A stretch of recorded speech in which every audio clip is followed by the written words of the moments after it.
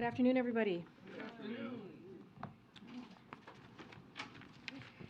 Okay, just two quick things at the top. We've seen the breaking news reports of the tornado damage in Selma.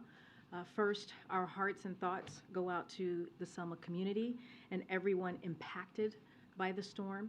Our team here is monitoring and assessing the situation and reaching out as appropriate to local and state officials to offer our support. And before I start and turn over to my colleague who is going to be giving you all a preview of the bilat that the President's going to have with the Japanese Prime Minister, and also do a preview of next Tuesday with the President's bilat with the Prime Minister of Netherlands, I just want to say a couple of things and make sure that everyone saw this. It's a statement from Richard Sauber. His statement reads, "As the President said, he takes classified information and materials seriously, and as we have said, we have cooperated from the moment we informed the archives that a small number of documents were found, and we will continue to cooperate. We have cooperated closely with the Justice Department throughout its review, and we will continue that cooperation with the Special Counsel. We are confident that a thorough review will show that these documents were inadvertently misplaced, and the President and his lawyers acted promptly upon discovering of this mistake." With that, my colleague is here, John Kirby, to talk through the bilat tomorrow, and also with Japan Prime Minister, and also the bilat with the Prime Minister of Netherlands next Tuesday. And then I'll come back. Good afternoon, everybody.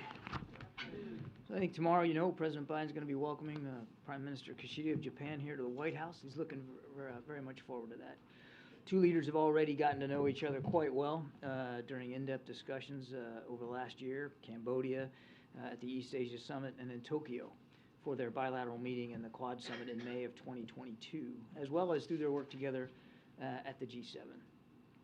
Since taking office, President Biden has invested in our alliances to better equip us to collectively take on the 21st century challenges we face, whether that's the DPRK's pursuit of weapons of mass destruction and ballistic missile and their ballistic missile program, China's assertiveness in the Indo-Pacific region and globally, or of course Russia's unprovoked war in Ukraine. Now, on each of these challenges, and on many more, Japan has proven a steadfast ally, ready to step up and do its part to advance our shared national security interests and values. Now, I'm just going to set a little bit of the backdrop here for this particular visit. Last month, Prime Minister Kishida released Japan's new national security strategy and committed to boosting Japan's defense spending to 2% of their GDP. That includes investments in new defense capabilities, and that's a historic commitment by Japan. Prime Minister Kishida will arrive in Washington after a set of extensive discussions with European partners from Italy to the UK to France, of course, to Canada. And he and President Biden are going to have the opportunity to debrief on those discussions as well. And then, of course, yesterday, you saw the two foreign ministers and the two defense ministers of our countries get together and announce some significant new improvements to the alliance. Upgrades, in fact, to U.S. force posture in Japan, which now include the stationing of a Marine Littoral Regiment in Okinawa, as well as advanced capabilities from intelligence collection analysis to anti-ship capabilities. We modernize the alliance by announcing that attacks to, from, and within space could lead to the invocation of Article 5 of the U.S.-Japan Security Treaty. Expanding bilateral exercises between our two countries and training, which includes in Japan's Southwest Islands. And, of course, deepening cooperation in the region to include trilateral training and exercises with Australia, and increasing cooperation with the Republic of Korea on ballistic missile defense, anti-submarine warfare, maritime security. All these moves are not only going to strengthen our combined ability to defend Japan, but also will allow the United States and Japan together to provide for peace and security in the Indo-Pacific region and bolster deterrence in the region and globally. Now, I do think that tomorrow will also give President Biden an opportunity to discuss with Prime Minister Kishida progress that we're going to be able to make together in this coming year on a range of national security and economic issues. Japan, I think you know, holds the G7 presidency. They've just taken a seat on the UN Security Council. And while we're going to be hosting the APEC this year, as well as seeking to make swift progress on the Indo-Pacific Economic Framework, there's a lot of overlap there, and we're looking forward to that. We'll discuss how we're going to align these agendas going forward. So tomorrow's program, we expect is going to be a full one. But from our perspective, the message is absolutely clear. Japan is stepping up and doing so in lockstep with the United States. Our investment in our alliances is paying huge dividends, and we look forward to celebrating that tomorrow. Speaking of alliances and partnerships, I'm also pleased to announce that next week President Biden will welcome Prime Minister Mark Rutte of the Netherlands to the White House on Tuesday the 17th to further deepen the historic ties between our two nations. As strong NATO allies and global partners, these two leaders are going to reaffirm our shared efforts to strengthen transatlantic security and economic prosperity. They'll discuss our steadfast support of Ukraine, and the Netherlands has been a very key supporter of security assistance in Ukraine. In fact, they've already provided $1 billion of that and are committing more, almost $3 billion committed, and committing almost $1 billion more going forward. They're going to be able to discuss all that cooperation going forward on critical technologies and a shared vision for a swift end to this war in Ukraine. They also plan to talk about a range of issues that are essential to strengthening democracy, whether that's respect for human rights, rules-based international order around the world, and including as co-hosts of the upcoming second Summit for Democracy. So a big week next week, too, with a very key ally and partner. We're looking forward to that. John, I understand that the leaders will be focused on deterring the threat from China as well as other adversaries, including Russia, nuclear-powered adversaries, North Korea, Russia, China. But what would the leaders be thinking about in terms of this latest announcement from South Korea saying that they're open to acquiring nuclear weapons?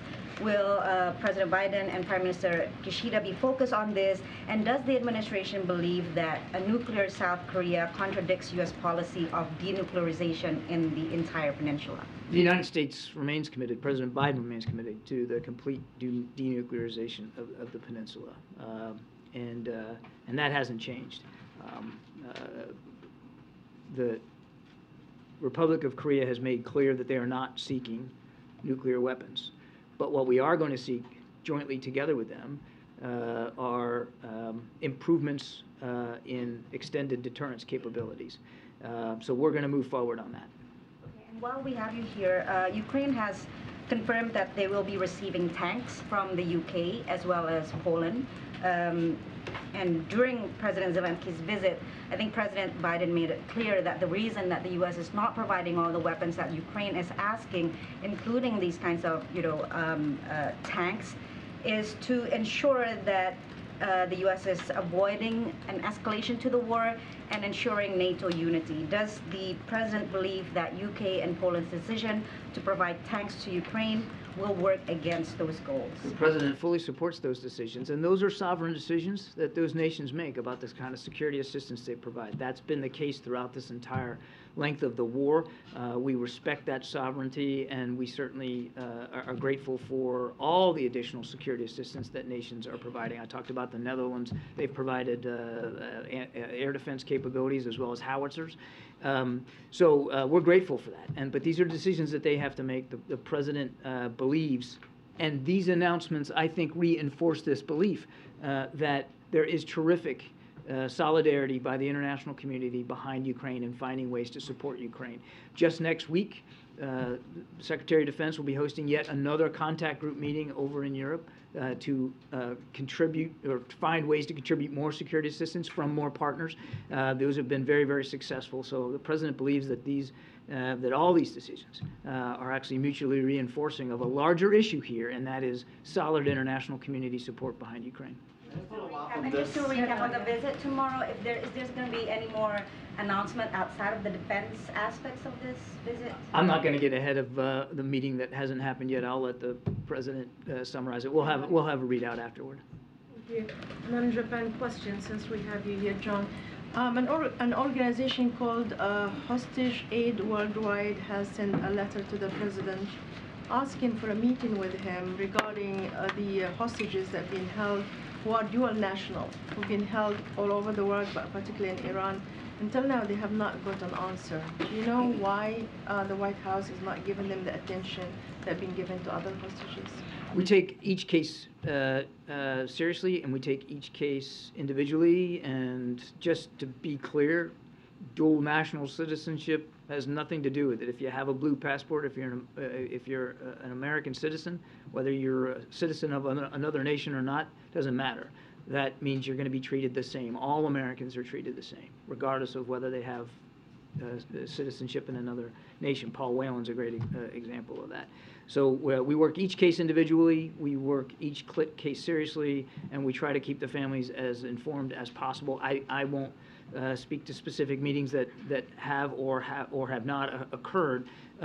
When we get requests for meetings, we take those seriously too, and do the best we can to accommodate it. And certainly, we want to make sure that that in our communications with family members, that we are not doing or saying anything that actually makes it harder for us to establish a release mechanism for them. And you have to be mindful of that when you're in the public talking about these cases, that you've got to be careful that you're not putting anything out there in the public space that could make it harder. So each one is reviewed individually and sincerely. And if a meeting can be done and should be done, then then we certainly will work to accommodate that. Follow up with this letter? I'm sorry? Would you follow up with the letter that the... We're familiar with the letter. I don't have a response to the letter for you. I wouldn't do that from the podium. We'll certainly respond appropriately. Is Ridge Alconis on the agenda for tomorrow, John? I won't get ahead of the President's discussion with Prime Minister Kashida James. We're certainly, the President is aware of Lieutenant's circumstances in Japan, as is leadership across the military and the Defense Department. But I'm not going to, I won't preview or get ahead of the President's specific agenda. Thank you so much. Can you give us your reaction, the President's reaction to reports that Russia is building up its forces in the east? What's the significance of that, and where do things stand in terms of any potential effort to try to get the two sides to sit down at the table? And You mean the negotiate? east of inside Ukraine? Yes. Inside Ukraine. Yes, and I have one more follow-up. We've obviously been watching very closely military operations, particularly in the east of Ukraine, the Donbass area. And as I've said, even from here in the briefing room, the violence, the fighting in areas around Bakhmut and now this town called Soledar has been significant and severe, and the fighting has been sharp between both sides. We've talked about in Bakhmut specifically, this is largely private military contractors. It's Mr. Prigozhin largely and the Wagner Group that have been involved in much of the ground fighting there. But it has been vicious, and that's why going into the winter, knowing that the fighting isn't slowing down there, that we have been so focused on providing additional security assistance to Ukraine. Just last week, Karine announced for you, nearly $3 billion worth of systems, and there will be more coming, Kristen.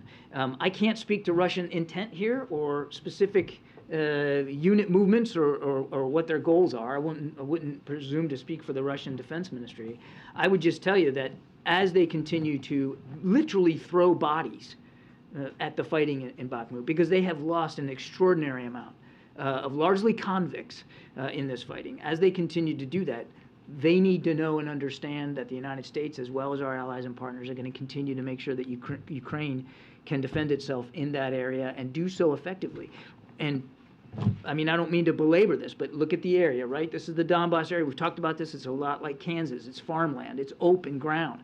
And so we want to make sure that we are providing the kinds of capabilities to Ukraine to be able to succeed in that environment. That's why Bradley fighting vehicles were part of the package that Karine announced. That's why the Pentagon will very soon be, DOD and our allies will be starting some combined arms maneuver training outside of Ukraine for up to battalion level units of the Ukrainian armed forces to help them in this fight. Can I just try one more? We're going to direct 99% of our questions about the classified documents to It would be okay with me if it was 100%. I do have one for you. Has there been an assessment about any potential national security risk of having these classified documents in the President's private think tank here in Washington and his home in Delaware? That would be a question for the Justice Department, because they're conducting a review now. You saw that they've announced a special counsel. That issue would be for them to speak to. Can you speak broadly to the national security concerns about having classified documents in private spaces? The president has spoken to how seriously he takes the handling of classified documents, and he, as somebody who's aware of the process myself, did exactly the right thing, which is to have them immediately turned over. And that's where this appropriately lies. And again, the Justice Department would be the place to go to answer your question. So I have one question on Japan, then maybe one on Ukraine. On Japan, are they going to be discussing the semiconductor exports to China and efforts to restrict those exports? Is that going to be a topic? And do you see this as very important to have a country like Japan join those efforts to have some sort of chips control, if not a ban, but to have efforts in that area to control? Again, I want to be careful not to get ahead of President Biden. I think, as I alluded to, it's going to be a very full and robust agenda. But I think it's safe to say that when it comes to issues he discusses routinely with his counterparts bilaterally and in multilateral settings, supply chains, resilient supply chains to include with respect to high technology is always a part of the discussion. But I won't, again, get ahead of what they're going to say. And on Ukraine, I know you've said many times you don't want to talk about the intent of the Russians, but what do you make? It's not that I don't want to. I can't. I mean, what do you make of the new assignment, if you could call it, of Valery Gerasimov, and what does that say maybe about the Russian strategy as he's been named the new man in charge of the war efforts? Yeah, they've gone through quite a few leadership changes, haven't they, now in 10.5 months?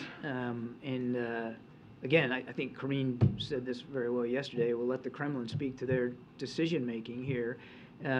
But they've gone through a lot of leadership changes, clearly in an effort, almost from very early on, in an effort to overcome the sorts of difficulties they've had in this war, difficulties which remain, whether that's logistics and sustainment, ISR, intelligence, surveillance, reconnaissance, the ability to gather information, to communicate, command and control between units, certainly unit morale and cohesion, and without a doubt, I mean, just look at what's been going on in the last couple of weeks, battlefield performance. So interesting that they have now gone back to Gerasimov, who was in charge at the very beginning, who is essentially the chief of their army staff, not an operational commander. It's an interesting selection. I think, you know, they should speak to that. But I think it's indicative and shows the degree to which the Russians continue to struggle to get it right in terms of just leadership, command, and control problems.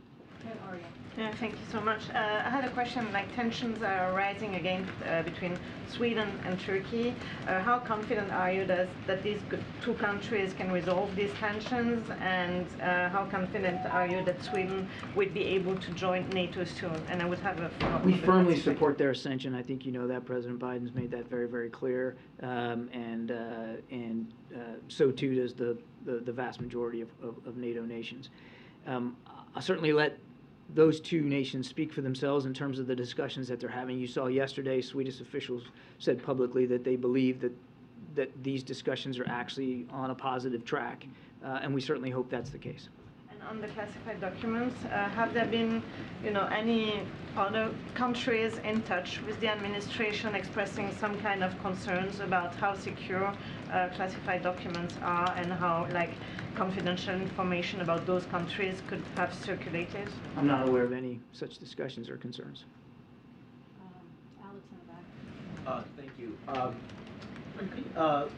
The family and supporters of Russian dissident Alexei Navalny are increasingly concerned about his health. In fact, even Russian doctors are openly putting their name to a letter. Yeah. Is there anything you can do to let the Kremlin know that? We share the concerns and continue to believe that he should be immediately released, obviously, and short of that, to insist that he gets proper medical care. So we've seen those concerns and share those concerns, and we'll continue to make plain those concerns to Russian authorities.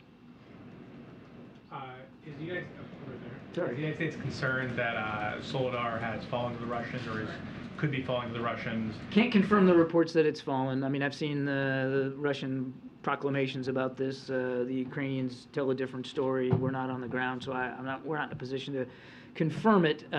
It's a small village in the Donbass. We believe that the Russian interest in it is sort of twofold. One, because they see it's securing it as key to their ability to hold and secure and then to hold Bakhmut.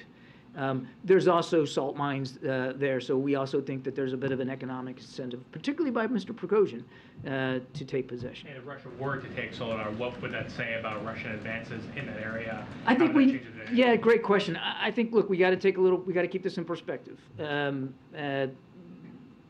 We don't know how it's going to go, so I'm not going to predict failure or success here.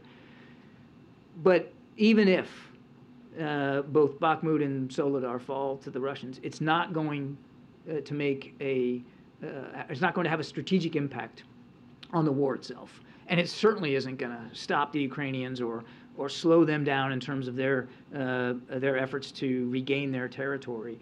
And I would remind, I mean, I know we're all focused on those two towns right now, but just, again, take a couple of steps back, and if you look at what's been happening over the last 10.5 months, particularly in the Donbass, towns and villages have swapped hands quite frequently. So my last comment would be, don't count the Ukrainians out. Thank you. I would like to follow up on Patsy's question on the tanks for Ukraine. Poland says that it will deliver the tanks only as a part of a larger international coalition, and it's encouraging other countries to join. So I'm wondering if President Biden is considering joining this coalition by sending U.S. Abrams tanks, and if he's encouraging other countries, including Germany, to do the same. I won't get ahead of decisions on security assistance that haven't been made yet. We have been, I think, very effective at providing security assistance that evolves with the way the war has evolved. And now 2 weeks ago we were talking about Patriots and air defense, and today we're talking about armored vehicles and tanks. So I won't get ahead of the president decisions he's going to make. As I said to Patsy, we're grateful for the support that other nations are providing. They each do it in their own way, in a size, scale, and scope, and a pace that they're comfortable with. These are sovereign decisions, and we respect that. President Zelensky has said he's interested in tanks, and now you have some countries that are showing a willingness to provide tanks. That's all to the good. The United States will continue to provide our security assistance in the same way we have for the last 10.5 months, working in lockstep with the Ukrainians and making sure that we're meeting their needs as best we can. And if we can't, that we're working with allies and partners to do the same. And again, you asked about this coalition or alliance.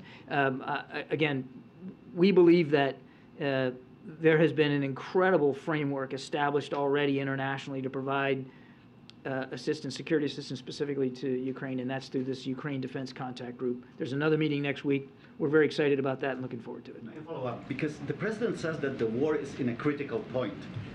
If the war is at a critical point, why wait? It takes time to train Ukrainians to operate those tanks. Nobody's Why waiting. are you waiting? Nobody's waiting. I mean, almost every 2 weeks, like clockwork, we're getting up here and talking to you about billions of dollars of more assistance that are going to Ukraine. The United States is the leader of the world. I mean, we've almost $25 billion since the start of this war. No other nation comes close to providing the kind of security assistance that we have. It's not about waiting. It's about working in lockstep with Ukrainians, making sure that we understand their needs and capabilities, and delivering those capabilities the best way that we can. And when I say we, I don't just mean the U.S., I mean the big we. And sometimes those assets are not going to come from the United States.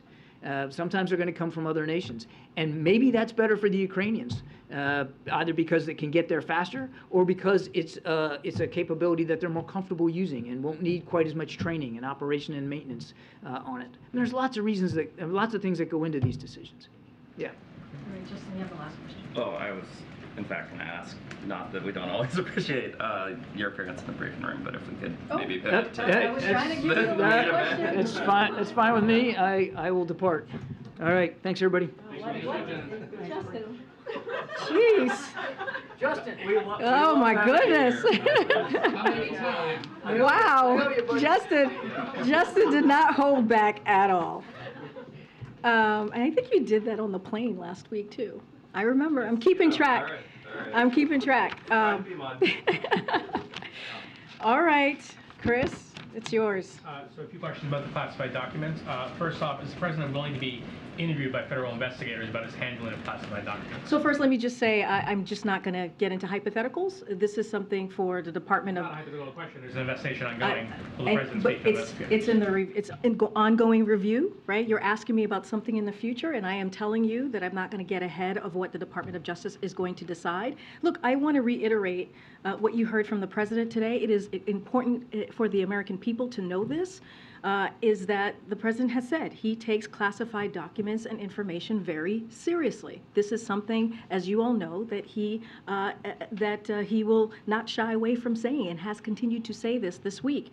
And again, he was surprised that these records have been found. He does not know what's in them, and his team, once they identified that these documents were there, they immediately reached out to the archives, to the Department of Justice, and did the right thing by turning that over. And they have been cooperating very closely with the Department of Justice. You actually heard AG, Attorney General Garland, say today that they heard from his team really shortly after the discovery.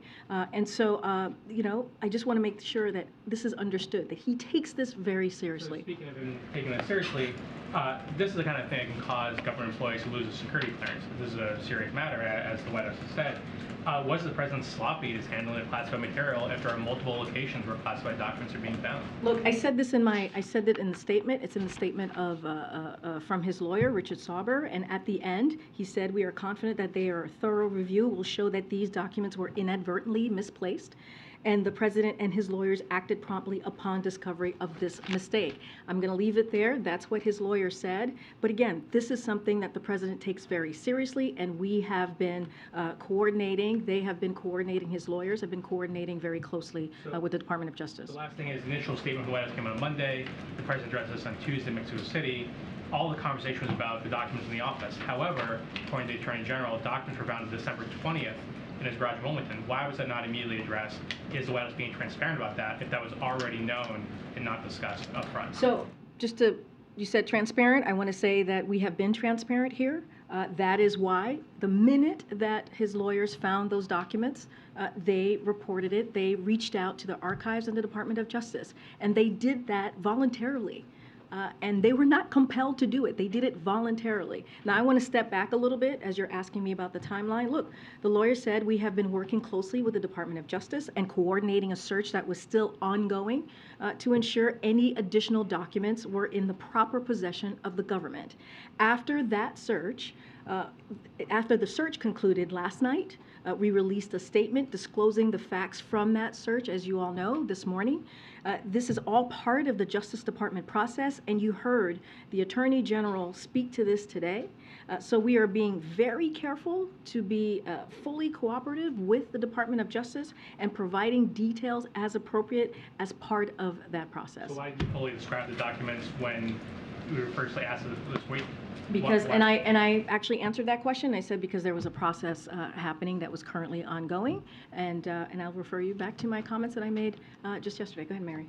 Just a couple of things I want to clarify, just to make sure that our reporting is as accurate as possible. You know, the special counsel's, the White House counsel's statement this morning said that documents were found in the president's Wilmington residence garage and in an adjacent room. But when the president mentioned this himself in person earlier, he said they were found in storage areas and in his personal library. So can you just clear this up? Which room, where were the documents actually found in his residence? Okay, so let me just step back because I know all of you will have a lot of questions. So I'll lay this out very clearly and precisely. I want to make sure no one is confused. As you just said, Mary, as soon as the president's lawyers found these documents, they immediately contacted Archives and Department of Justice, as I've said many times already, to ensure that they were handled properly. The president has said this. We are being fully cooperative with the Department of Justice throughout this process as part of the president's lawyers look through the places where documents could have been stored, and the counsel's office released, as you said, a statement explaining that, so I would refer you back to the statement. I don't have anything more to say, but that search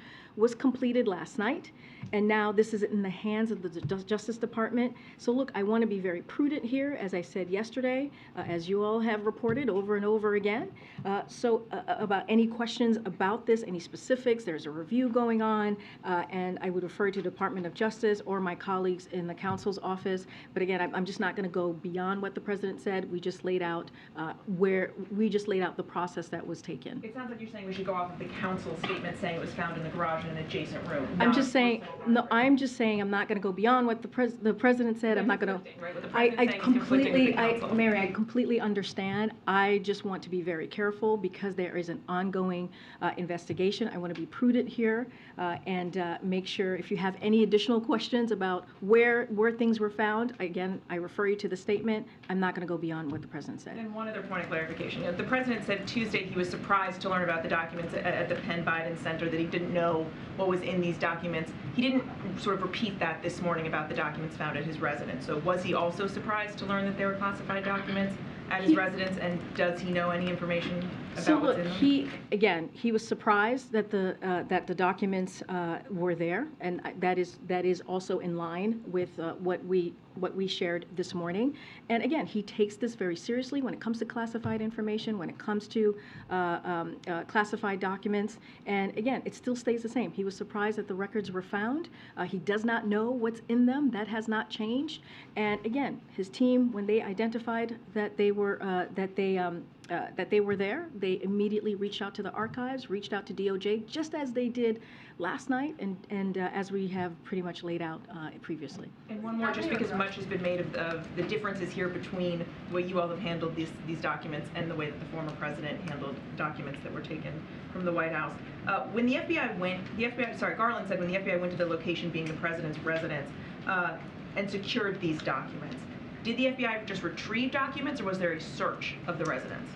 Again, I'm just not going to go into the particulars or the specifics of what the Department of Justice did. I can speak to what we have done and what is already out there. We laid out a statement pretty extensively on Monday. We've been laid out a statement this morning on what was found last night. I'm just not going to go beyond. I would refer you to the Department of Justice to give you the specifics on that. As you know, there's an ongoing process. There's a review currently occurring. Gotcha. Thanks. Great. Can you shed any light on how the documents got to these places and why? Again, there's an ongoing process. It's being reviewed. Don't have more to share. I'm going to let the Department of Justice answer any questions as they're looking at this. Does the White House think that the appointment of a special prosecutor was warranted? I'm not going to get into the decisions that was made by the Attorney General. I will say this, and you've heard me say this many times before. This is a president that believes in the independence of the Justice Department. This is something that he has been saying since the campaign, and you've heard me say this over and over in restoring that independence. So look, we have been very, very careful here not to appear from the White House to influence their decision making on any number of issues. As you've heard me say over and over again, I've said this many times. I'm sure someone has counted the amount of times that I've said that the Department of Justice is independent and we respect their independence. I am certainly not going to comment on or give my opinion. Are we going to give our opinion on what the Attorney General laid out today? What broadly does the White House make of comparisons between President Biden's handling of documents and former President Trump's handling? I'm not going to get into politics from here. What I can say is what I've laid out, which is the president takes this very seriously. He does. He said this twice. And he did not know that the records were there when they were found. He does not know what's in them. And what he did and what his team did is the minute that they realized that the documents were there, they reached out to the archives, they reached out to the Department of Justice. And I'll just leave it there, and I'll leave you all to pontificate and do your punditry. I will not do that from here. Go ahead. Thanks, Karine.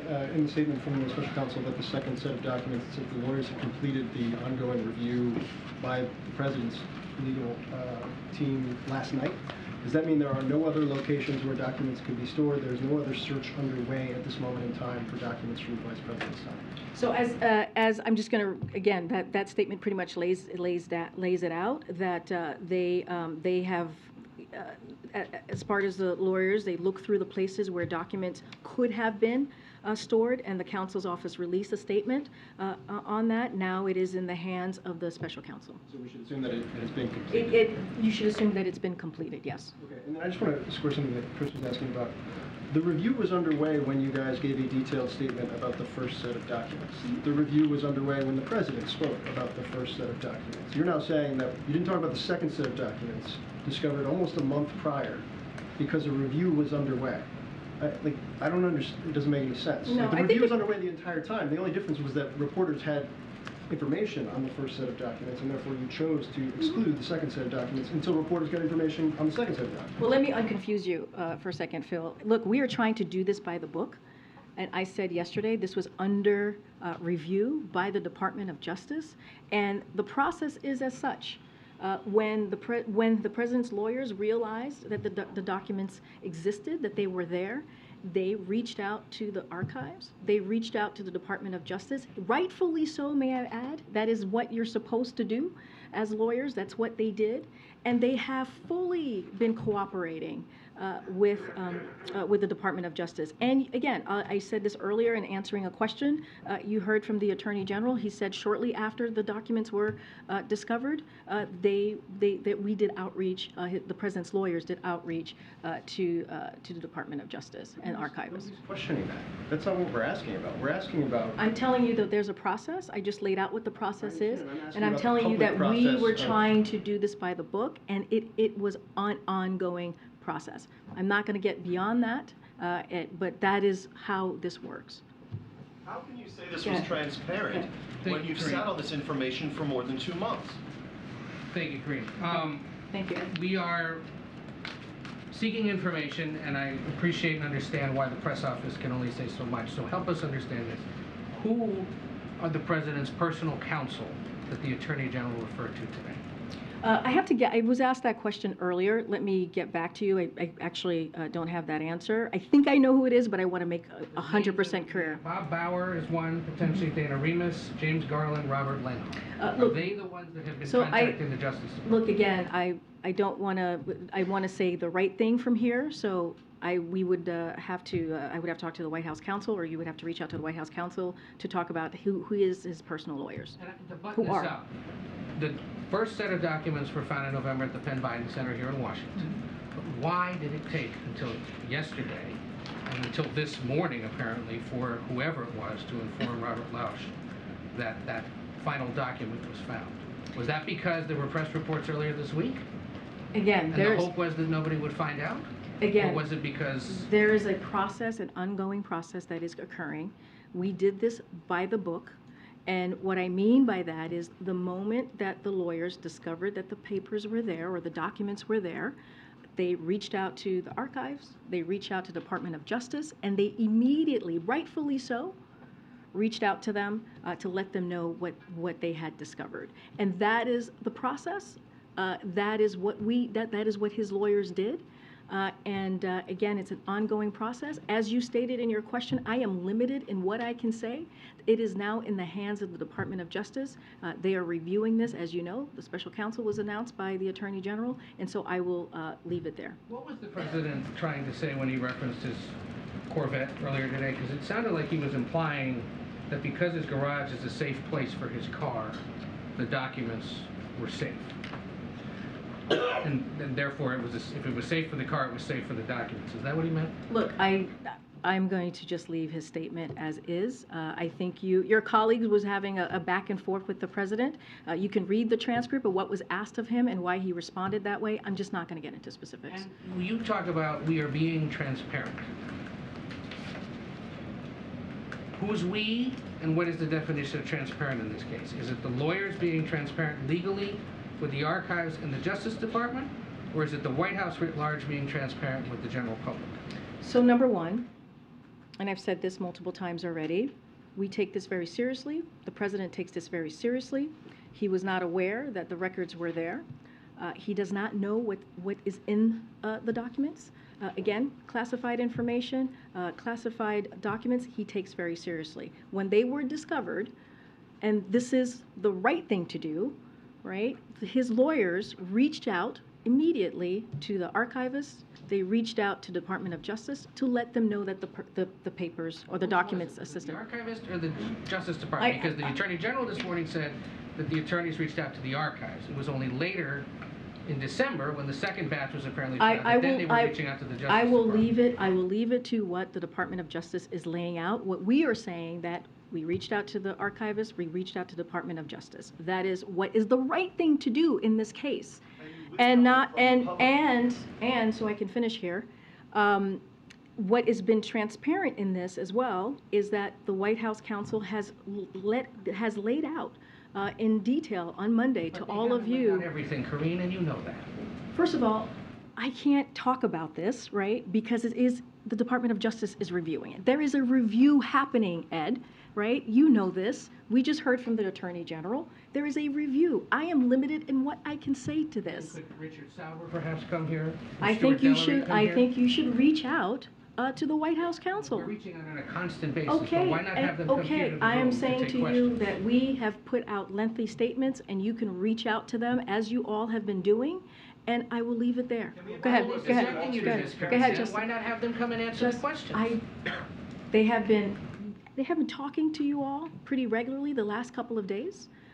They have put out lengthy statements on this. I just read out what Richard Sauber had to say, and I would refer you to the White House counsel. I am limited in what I can say because the Department of Justice, we see them as being independent when it comes to these types of issues. And so I'm not going to go beyond what the president said, and I'm not going to go beyond what the lawyers say. I have to go around. You've asked me about, you've asked me, Ed. That there's going to be a limit in transparency, public, non-legal transparency, in what can be shared and said by this White House. I disagree. I disagree, Ed. There has not been a limit of transparency. There has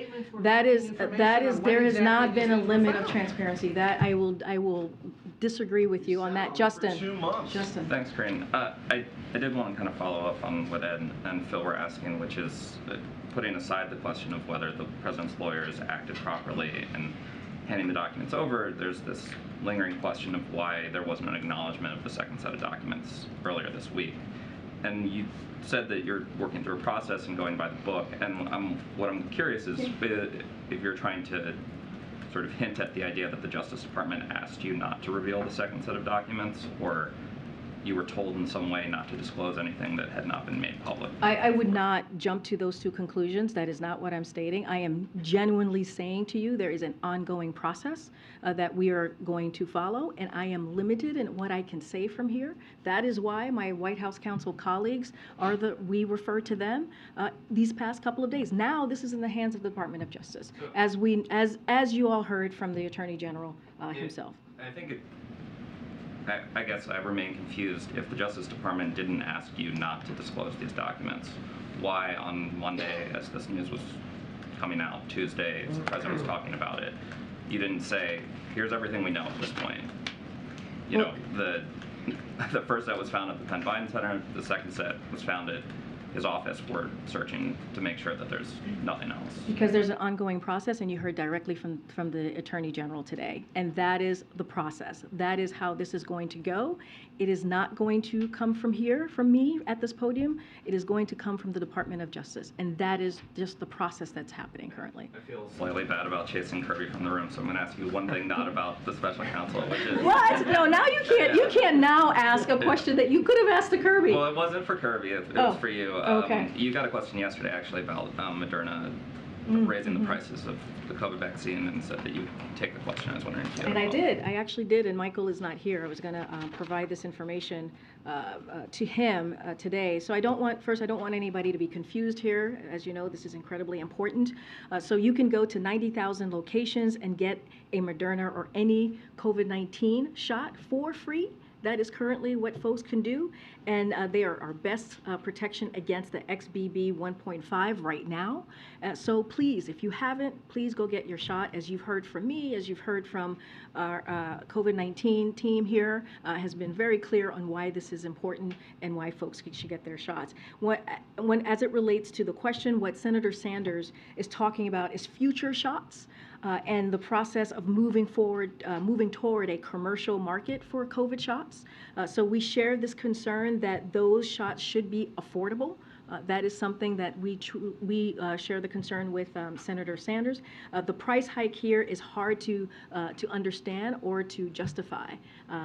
Again, we do have those concerns as well, and we believe that shots should be affordable. Go ahead, Tam. Yeah, a couple of basic geography questions you may not be able to answer, but is the library a room adjacent to the garage?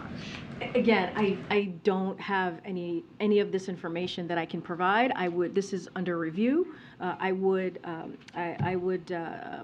refer you to the Department of Justice. I'm just not going to go into specifics here. Not something that I can do from here. And is the president's Corvette stored in the garage where the documents were found, just for pure fact purposes? Well, I will basically repeat what the president said. His Corvette is in the garage. I'm not going to go beyond what the president said. Okay, and on the transparency issue, would you admit that earlier this week the White House shared incomplete information? I think that when we all heard Merrick Garland say that these documents at the residence were found on December 20th, that they were notified, that was pretty surprising to all of us based on the statements that you and the president and the counsel's office had made. Well, as I just said, as you saw in our statement, the documents that were found last night, right? They completed the search with documents being found last night. And then this morning, we put out, you heard from the White House counsel, we put out the information on specifically what was found. But just one document was found last night. The search was continuing. It was ongoing. The process, as I've been saying, was ongoing, and the search is clearly complete, and therefore we shared the information with all of you. Again, this is an ongoing process. I would refer you to the Department of Justice on any other specifics or particulars, even on timeline, or any other questions that you have. Does Biden have any regret? Right here. Oh.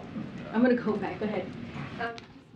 One follow-up to a couple questions. But is the president confident? You said that the search has been completed, but is the president confident that there are no additional documents with classified markings that remain in any other additional locations? Look, I can just refer you to what his team said. The search is complete. He is confident in this process, and I will leave it there. And they've been cooperating very closely with the Department of Justice. And we've gotten a statement that the White House did not get advance notice that Garland was appointing a special That is counsel. correct. When did the president learn? How did he learn? Was it from the press conference? Did he get a heads up before that? We learned from the press conference. The president, we were not giving a heads up, and we learned from the press conference. He was in a funeral at the time. When did somebody tell him? Right? Look, he was at a funeral, to your point. Maybe one of his senior advisors may have told him. I actually don't know specifically when he knew, but what I can say to you, we were not giving a heads up. That I can confirm, as you all know already. And have you had a chance to talk to him since then? Can you give us his reaction? I have not had a chance to talk to the president about this or his reaction. Okay. Does the White House feel like House Republicans have a right to conduct an investigation on documents issued? They've, of course, started sending requests and saying they're going to look into this.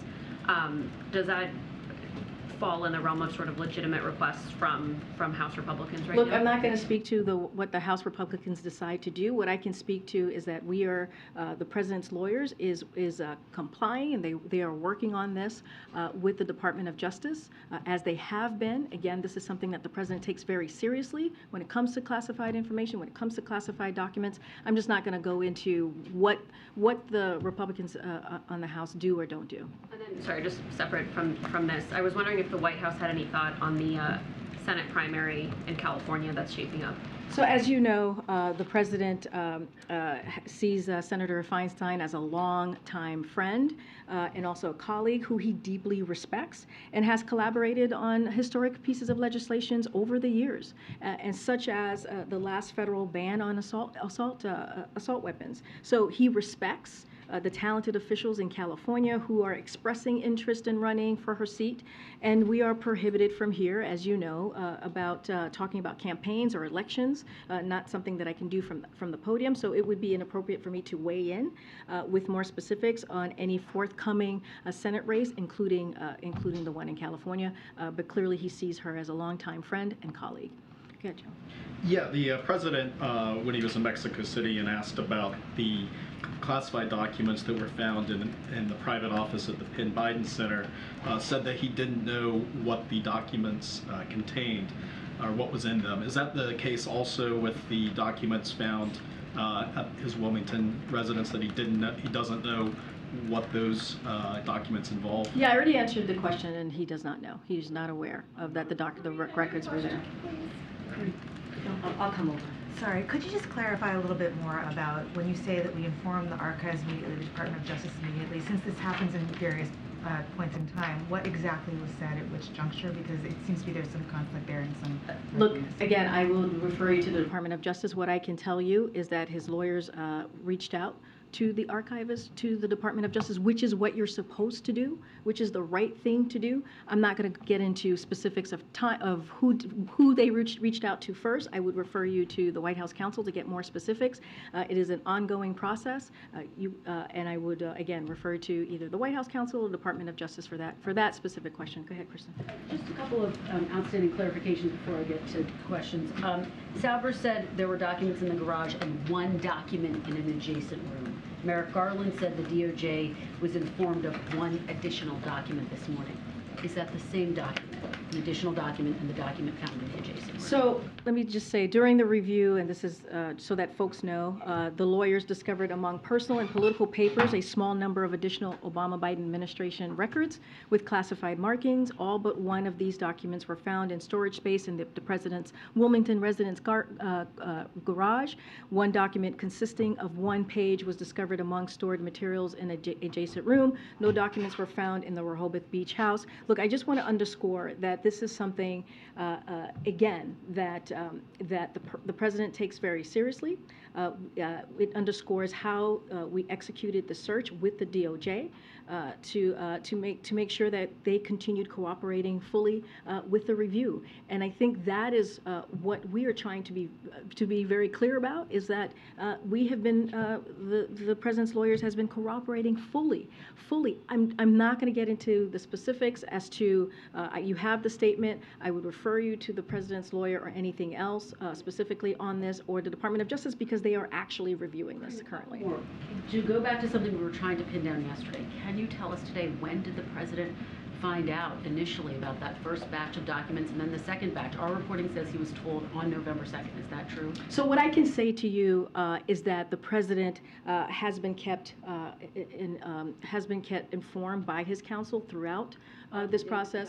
I don't have a specific date, but I can tell you that the president was kept informed throughout. Don't have a timeline to share for you right now. Again, this is under ongoing review, and so want to be careful and prudent on what I share here at the podium. When the search started and why they were searching in the first place, was the president concerned that there may be classified documents? Did someone tip them off?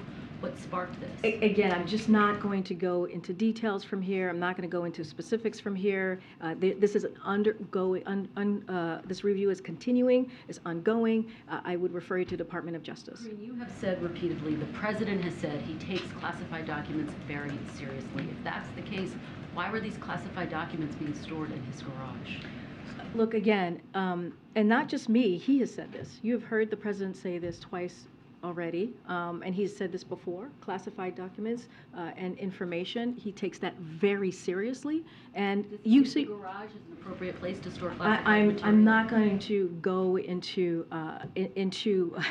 what he thinks or how he feels about what is currently happening. What I can say for sure, when it comes to this specific issue about classified documents, about classified information, he takes that very seriously. He did not know. Right? He did not know the records were there. He was surprised that the records were there. So let's be very clear. That is something that the president shared with all of you on the world stage and also recently today. And so what occurred was, as I've said multiple times before, is when his team identified that these records existed, they handed them over to the archivist and also the Department of Justice. Just one more, Karine. Sure. Do you acknowledge that the fact that the White House did not reveal this to the public, despite the fact that you've known about it for months, undercuts the president's promise of being transparent with the American people? But here's the thing: they were transparent. There was transparency in doing what you're supposed to do when these items were discovered. Not with the American people. Look, I am here standing in front of you answering these questions, right? The president took 2 questions this week on this. You've heard, wait, let me just answer. You've heard from the White House counsel who put out multiple statements on this. And so, again, this is an ongoing process. We want to respect the process, and we have laid out very clearly what occurred. Again, don't want to get ahead of this. The Department of Justice, you all can will get your questions answered from them during this time. And so I would just refer you to the Department of Justice. And now, as you all know, there's a special counsel dealing with this. Thank you, Karine. Another one on GarageGate. What is the White House trying to hide? Nothing. Someone gave the president a statement to read on Tuesday that was incomplete at best, misleading at worst. Who? So I have read out the president's statement. I have read it out yesterday and what he said. He said that he respects or he takes classified information and documents very seriously. That's what he said. He said that he did not know that the records were there. He does not know what's in them. He said that. You heard from him directly on this. And his team has been cooperating fully. And not only that, again, I'll say this, the Attorney General said this himself, that he heard from the team shortly after. So we have laid out what has occurred here. You've heard from the White House counsel. I just read the statement from his lawyer.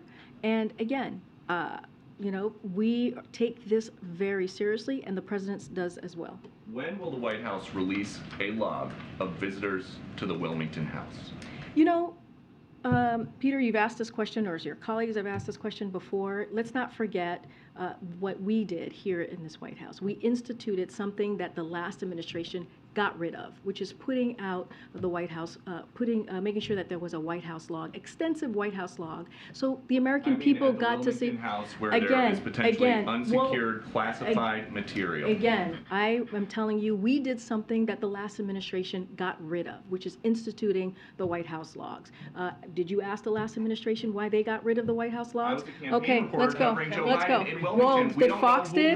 Go ahead. Go ahead. We have the records from the Delaware residents. Oh, I'm sorry. I was calling the gentleman who wanted to ask a question that was not related to this. Go ahead. Thanks, Karine. I appreciate it. I know I'm a little behind the news cycle here, but I want to go back to yesterday's op-ed from the president on big tech regulation. In Washington State, we've got the chairs of both Senate and House Commerce Committees, and Congresswoman Morris Rogers put out a statement saying, essentially, great, let's do it. Let's put forward this bill that passed her committee almost unanimously last Congress, the Data Privacy Protection Act. I just want to know if the president supports and the White House supports that bill. So the president has long called for strong privacy protections. That is something that he's been doing and calling for since almost the beginning of his administration. We are heartened to see bipartisan cooperation continue on this important issue, on this critical issue. As the president said in his Wall Street Journal op-ed, as you mentioned, as you were referring to the op-ed that came out recently, Democrats and Republicans need to come together to pass serious federal protections for Americans' privacy, including the strongest possible protections for minors. That means clear limits on how companies can collect, use, and share highly personal data.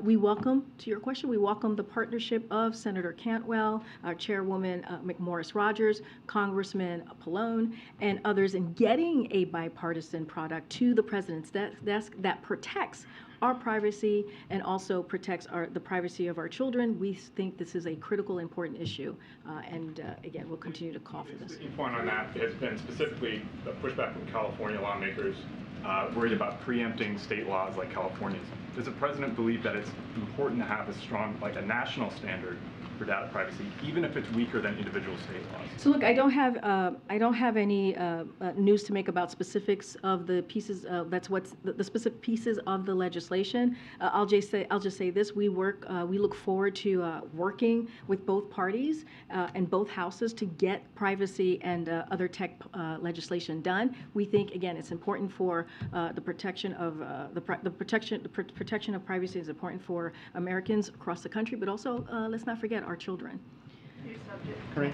Was the Corvette searched, Karine? Thank you, Karine. I'm sorry. Go ahead, no, Thank you, Karine. I have a couple of questions here, but I wanted to follow up quickly. You have said repeatedly that the president's lawyers did the right thing, but you also said earlier during the briefing of the president's lawyers immediately reaching out to the National Archives that, quote, they were not compelled to do it. They did it voluntarily.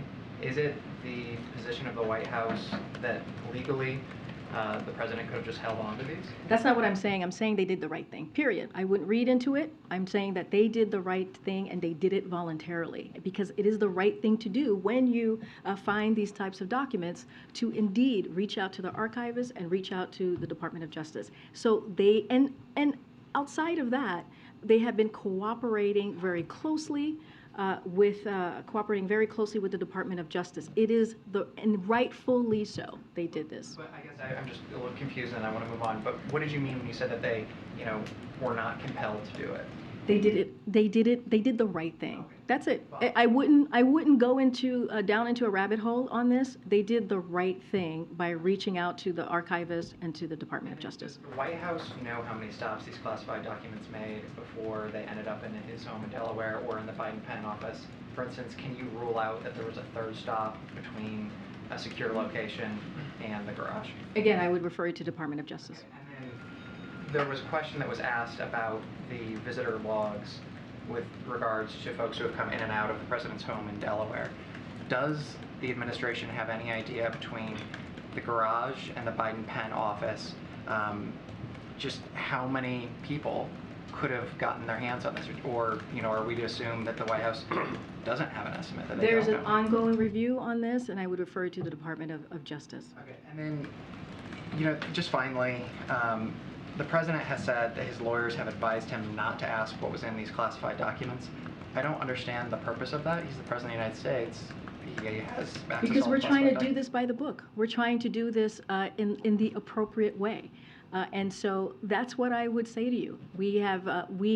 His team has been complying, right, cooperating with the Department of Justice, and I will leave it there. I'm not going to go beyond. The book says that he can't look at this. What would compel him or push him in that direction? Because you've said it repeatedly. What, I guess, as he tries to do this by the book, as he tries to do the right thing, what are his lawyers looking at that says, yeah, don't look at this classified information that was found? Again, there's a process here. The process is that when the lawyers found that these documents existed, they reached out to the archive and also the Department of Justice. That is the process, and they have been cooperating closely, working closely with the Department of Justice. And now, as you've heard, the Attorney General made a statement today, and so I would refer you to them. All right, everybody. Thank you. Oh, go ahead, Steve. Twice in the last 6 months, the FBI has had to visit the private home, of a current and a former president to collect classified material. Does the federal government have a records retention problem that needs to be addressed? Look, I'm not going to get into the politics of this or the specifics of this. All I can say is the president has been very clear on this. He takes this very seriously. Again, he was surprised that the records were there, that the documents were there. He does not know what's in them. His team did the right thing, right, which is as the moment that they realized the documents were there, they reached out to the archive and they reached out to the DOJ. I will see you all tomorrow. Thank you, everybody.